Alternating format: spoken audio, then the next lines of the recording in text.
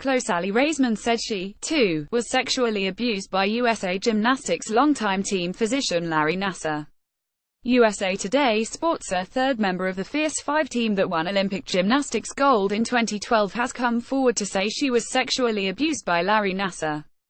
In an Instagram post addressing comments she made last week that were viewed as victim-shaming, Gabby Douglas wrote, "It would be like saying that because of the leotards we wore, it was our fault that we were abused by Larry Nassar.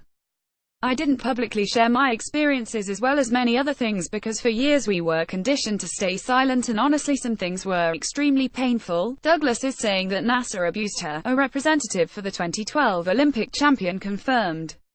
Douglas, 21, is a three-time Olympic gold medalist and part of the Fierce Five in 2012 and Final Five in 2016. Earlier this month, ally Raisman, Douglas's teammate on the last two Olympic teams, came forward to say Nassar had abused her.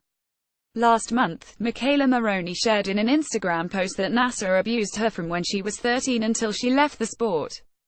More Raisman on alleged abuser. "You don't think that of someone, so I trusted him more." Michaela Maroney says she was victim of sexual abuse related to Nassar, expected to plead guilty, faces at least 25 years in prison. Jamie Dantzscher, a bronze medalist from the 2000 Sydney Games, has also said Nassar abused her. In a tweet on Friday, Raisman wrote a lengthy note explaining that what a woman wears does not give men the right to abuse her and imploring people to stop shaming victims. "We are all in this together. If we are going to create change, I need all your help," Raisman wrote. Douglas retweeted it with a comment, "However, it is our responsibility as women to dress modestly and be classy. Dressing in a provocative sexual way entices the wrong crowd." She later deleted the tweet. Douglas later apologized after Simone Biles, her teammate and the Olympic all-around champion in Rio, tweeted, "Shocks me that I'm seeing this, but it doesn't surprise me. Honestly, seeing this brings me to tears. BC, as your teammate, I expected more from you to support her. I support you, ally. All the other women out there, stay strong." Douglas wrote another lengthy post on Tuesday, saying in part, "I didn't view my comments as victim-shaming because I know that no matter what you wear, it never gives anyone the right to harass or abuse you. I wholeheartedly support my teammates for coming forward with what happened to them." USA Gymnastics released a statement on Wednesday morning, saying it admires the strength shown by Gabby and her teammates since speaking out publicly to hold a predator accountable. "We admire the strength shown by Gabby and her teammates since speaking out publicly to hold a predator accountable. The organization has taken specific and concrete steps to prevent future abuse by adopting the USA Gymnastics Safe Sport policy." pic.twitter.com October, USA Gymnastics at USAGym November 22, 2017. Nassar was USA Gymnastics team physician for nearly 20 years, beginning in 1996. USA Gymnastics fired him in the summer of 2015, but the federation waited 5 weeks before alerting the FBI, according to the Lansing State Journal, which is part of the USA Today network. More than 140 women have alleged sexual abuse by Nassar, under the guise of medical treatment. Through his attorneys, Nassar, who worked for decades at Michigan State University as a team doctor, has denied any wrongdoing. Nassar pleaded guilty to federal child pornography charges in July, and he faces 22 to 27 years in prison when he's sentenced on Dec. 7. He also faces 33 charges of criminal sexual conduct in Michigan and is expected to plead guilty in separate cases Wednesday and next week. In her biography, Fierce, Raisman, a three-time Olympic gold medalist and captain of the past two U.S.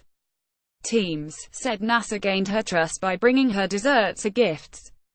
It wasn't until after she was interviewed by a USA Gymnastics investigator in 2015 that Raisman, now 23, realized Nassar had abused her. "He was a doctor. Who am I as a teenager to go against him?" Raisman told USA Today Sports. "Everyone always said he was the best.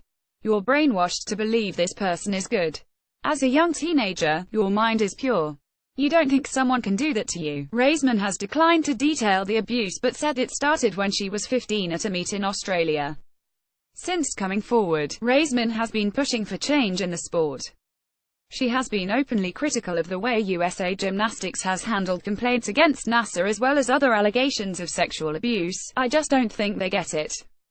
I think they're in denial." Raisman told USA Today Sports, "I'm very serious when I say it's not acceptable what happened. I'm not confident they will be able to handle it with the people that are still there. The Indianapolis Star, also part of the USA Today network, has reported more than 360 cases in which gymnasts have accused coaches of sexual transgressions over 20 years. Maroney came forward last month in a Twitter post as part of the Me Too campaign, saying nassar abused her under the guise of medical treatment. It seemed whenever and wherever this man could find the chance, I was treated, Maroney wrote.